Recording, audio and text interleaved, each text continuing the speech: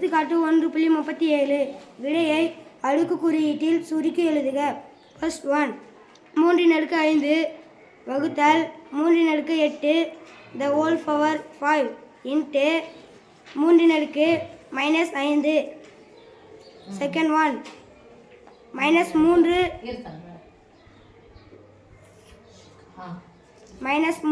the whole power 4 into 5/3 the whole power 4. the whole power 4 -3/4 மட்டுமா இருக்க பாருங்கம்மா. Okay thank you. So 37வது கணக்குல ரெண்டு சம் கொடுத்திருக்காங்க. இத சுருக்கி எழுத போறோம். இங்க இது என்ன குறின்னு பாருங்க. இது இந்த குறி பேர் என்னன்னு சொல்லுவோம்? ஃபர்ஸ்ட் பிராக்கெட்டுக்குள்ள இருக்கிறது செய்யணும், அப்புறம் அடுக்க செய்யணும். பிராக்கெட்டுக்குள்ள இருக்கிறது செய்யணும், அப்புறம் அடுக்க செய்யணும். அப்புறமா தான் எங்க போறோம்? இங்க பிராக்கெட்டுக்குள்ள இருக்கிறத ஃபர்ஸ்ட் செய்றோம். பிராக்கெட்டுக்குள்ள அப்படினு சொல்லிட்டு பார்த்தா அந்த பவர் தான் இருக்கு, இத எடுத்துறோம். இன்டு பையன் வந்துச்சுனா அந்த அடுக்கானது 5க்கு சொந்தம் 3க்கு சொந்தம். Right? Yes miss. First one பார்த்தலாம். ஃபர்ஸ்ட் எதை செய்யணும்? பிராக்கெட். 3/5 ரைட் தான் செய்யலாம். ஆனா ஃபர்ஸ்ட் பிராக்கெட் செஞ்சு முடிச்சலாமா? Yes miss. நடுவுல என்ன குறி இருக்கு? நடுவுல பெருக்குல வகுத்தல் தான் ஃபர்ஸ்ட் அடிமானங்களை பார்க்கலாமா? Yes miss. பார்க்கலாமா? Yes miss. அடிமானங்கள் என்ன இருக்கு? 3. அடிமானம் என்னது? 3. அடிமானங்கள் ஒரே மாதிரி இருந்து நடுவுல வகுத்தல் வந்துச்சுனா அடுக்குகளை அழிக்கணும். ஏனா வகுத்தல் என்பது பெருக்கல் வந்துச்சுனா அடுக்குகளை என்ன பண்ணிக்கணும்? கூட்டிக்கணும். ஏனா பெருக்கல் என்பது ஓகேவா? பெருக்கல் வந்திருக்கு. அதனால எத்தனை முறை 3 வந்தாலும் அடுக்கு என்ன பண்ணிக்கணும் சாமி? கழிக்கணும். 5ல இருந்து 8 நீக்கணும். ஒரு மைனஸ் வந்தா கழிக்கணும். ரைட்? Yes miss. இந்த பக்கம் தான் அந்த பக்கம் கழிக்க முடியும். அப்படிதானே? Yes miss. 5ல இருந்து 8 கழிக்க முடியாது. 8ல இருந்து 5 கழிச்சா 3. சரி, 5 3. சாரி 5 8. 8. அப்ப 8க்கு முன்னாடி என்ன குறி இருக்கு? மைனஸ். என்ன சொல்றோம்? 3 அடுக்கு இந்த பவரை மறந்துட கூடாது. the whole power 3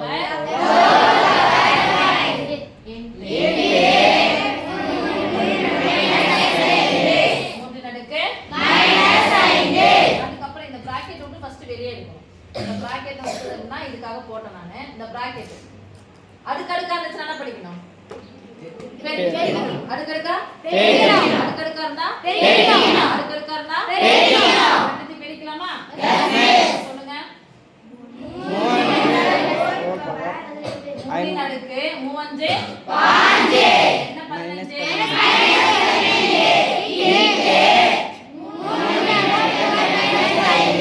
இந்த 3 அடுக்கு -5. நடுவுல என்ன குறி? அடிமானம் இங்கேயும் 3 இங்கேயும் 3. அடிமானம் ஒரே மாதிரி இருந்துச்சுனா நடுவுல பெருக்கல் இருந்துச்சுனா அடுக்குகளை என்ன பண்ணிக்கணும்? கூட்டிக்கணும். அப்ப இந்த ரெண்டையும் என்ன பண்ணிக்கலாம்? கூட்டிக்கலாமா? Yes miss. எத்தனை முறை 3 வந்தாலும் ஒரே முறை. ஒரே முறை. ஒரு மைனஸ் வந்தா கழிக்கணும். எத்தனை மைனஸ் வந்திருக்குது? 2 மைனஸ். 2 மைனஸ் வந்தா கூட்டிக்கணும். கூட்டி பொதுவான குறிய போடணும். 15 கூட 5 கூட்டினா 20. இப்ப சொல்லுங்க கரெக்ட்டா. -5 -15 கூட்டினா -20. -15 -20. ஓகே? Yes miss. இப்போ அடுக்கு மைனஸ்ல இருக்கு. ஒன் வேர்ட்ல கேக்கும்போது இதோட நிறுத்திட்டாங்கன்னா பரவாயில்லை. இதோட போட்டா ஆன்சர் இது மாதிரி இருந்துச்சுனா நீங்க இது பண்ணிடுங்க. 2 மார்க்ல கேட்டா நீங்க போட்டுருவீங்க. பட் ஒன் வேர்ட்ல கேக்கும்போது 3 அடுக்கு -20 இல்லாம வேற எதனா நம்பர் இருக்கான்னு பாப்போம். அப்ப அடுக்கு மைனஸ் இருந்தா எப்படி எழுதணும்? இத பிளஸ்ல. பிளஸ் அது எப்படி எழுதணும்? அடுக்கு மைனஸ் இருந்தா 1/. அடுக்கு மைனஸ்ல இருந்தா 1/. அடுக்கு மைனஸ்ல இருந்தா 1/. அடுக்கு பிளஸ் 1/. அடுக்கு பிளஸ் இத எழுதணும். அதான் அல்லது இங்க போட்டுக்கலாமா? அல்லது அடுக்கு மைனஸ் இருக்கு. அதான் என்ன போறேன்? 1/. அடுக்கு பிளஸ் 3 அடுக்கு பிளஸ் 20. செகண்ட் சம் போலாமா? Yes miss. ஃபர்ஸ்ட் இருக்கிற போர்ஷன் அப்படியே வச்சுக்கலாமா? Yes miss. என்ன பாருங்க. -3 எத்தனை முறை போட்டு பெருக்கணும்? 4 முறை. -3 3 அப்புறமா போட்டு பெருக்கறேன். First minus பெருக்கறேன். 4 ஒற்றைப்படையா இரட்டைப்படையா? இரட்டைப்படை. அப்ப அடுக்கு இரட்டைப்படையாக இருந்தால் மைனஸ் ஆனாலும் என்னதான் கிடைக்கும்?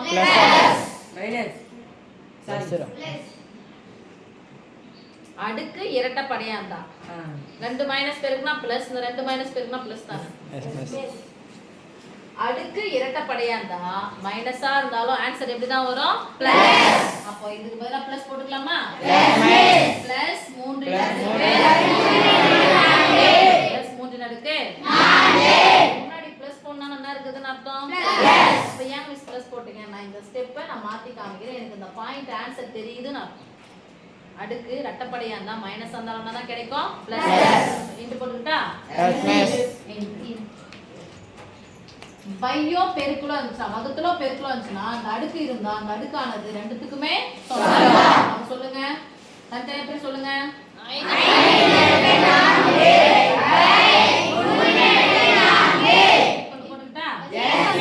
நடுவுல பெருக்கல் இருக்கு. இந்த பிளஸ் என்றது 3 குறி. எல்லாத்தையும் கூட்டி விட்டுறாதீங்க. Okay, understand? இப்போ 3 அடுக்கு பிளஸ் 4, 5 அடுக்கு இன்டு 5 அடுக்கு 4 பை 3 அடுக்கு 4. இது ஒரு முழு எண், இது ஒரு நான் முழு எண். முழு எண் பையில இருந்துச்சுன்னா நடுவுல என்ன குறி பாருங்க? நடுவுல பெருக்கல் இருந்தா கேன்சல் பண்ணலாமா? இதுவும் பிளஸ் 3 அடுக்கு 4, இதுவும் பிளஸ் 3 அடுக்கு 4 என்ன ஆயிடுச்சு? மீதி என்ன இருக்கு பாருங்க? கேன்சல் என்ன அர்த்தம்? கூட்டல் கழித்தல்ல கேன்சல்னா மதிப்பு 0. பெருக்கல் வகுத்தல்ல கேன்சல்னா மதிப்பு 1. அப்போ ஓர் 3 அடுக்கு 4, ஓர் 3 அடுக்கு 4. இங்கே ஒண்ணுதான் வரும். எந்த ஒரு எண்ணை 1ஆல வகுத்தா அதே எண் கிடைக்கும். எந்த ஒரு எண்ணை 1ஆல பெருக்குனா அதே எண். கேன்சல் என்னது? 5 அடுக்கு 5 4 முறை போட்டு பெருக்கலாமா? Yes miss. 4 முறை 5 5 5 5 ஐஎன்ஜி 25 ஸ்கொயர் தானே? போடலாம். 3 அடுக்கு 20 பெருசா இருக்கு, நான் போடல. 25 அடுக்கு ஸ்கொயர். 5 ஸ்கொயர்னு முடியும் போது ஒரு டெக்னிக் சொல்லி தந்தேன். என்ன டெக்னிக்? 5 ஸ்கொயர்னா எப்பவுமே என்னதான் முடியும்? 5 ஸ்கொயர்னா எப்பவுமே என்னதான் முடியும்? 5 தான் முடியும். Very good. நான் இருக்கும் 5 ஸ்கொயர் என்னது? 27. உங்களுக்குலாம் டெக்னிக் சொல்லி தந்தேன் பாரு. என்னைய அடிச்சுக்கிறேன் நான். 5 ஸ்கொயர் 27. அடுத்த டெக்னிக் என்னது? முன்னாடி இருக்கிற நம்பர் நான் அடுத்த நம்பர் அடுத்த நம்பரை போட்டு பெருக்கிக்கணும். பா ஒரு குழந்தை சொல்லிச்சு 2க்கு அடுத்த நம்பர் 3. 2 3 6. 25 ஸ்கொயர் எவ்வளவுப்பா? 625. 5 அடுக்கு 4 இன் மதிப்பு 625.